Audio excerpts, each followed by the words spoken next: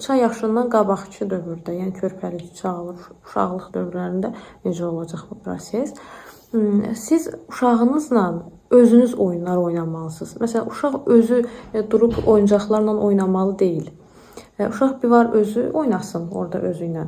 Özü oynayanda daha sərbəst olur. Hər şeyi oyuncağı fırladır o tərəfə, nə bilim, dağıdır paltarlarını filan. Amma siz uşaqla müəyyən intellektual özünüz oyunlar oynasanız xüsusən də. Çünki hiperaktiv uşaqlar, bir məsələdir burada özüm artırım ki, hiperaktiv uşaqlar hərəkətli olduqlarına görə onlarla hərəkətli oyunlar oynamaq ekstra onların hərəkətliliyini elə bil ki, siz artırırsınız.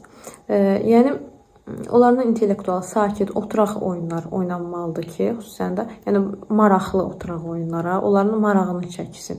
Tutaq ki, orada puzzle olsun və puzzle-ın şəkli maraqlı olsun. Hansı cizgi filmindən olsun.